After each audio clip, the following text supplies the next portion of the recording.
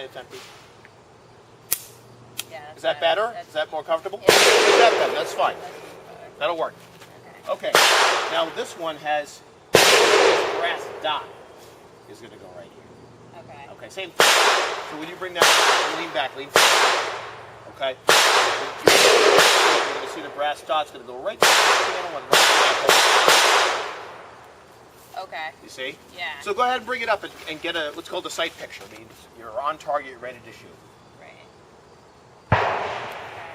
Okay? Bring this thumb up. There you go. Once you get still unloaded.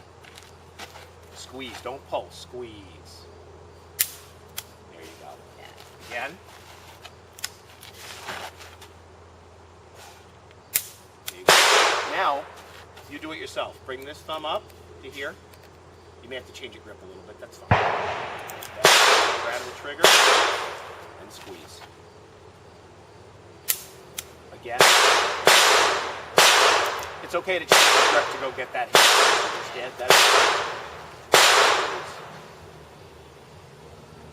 One more time.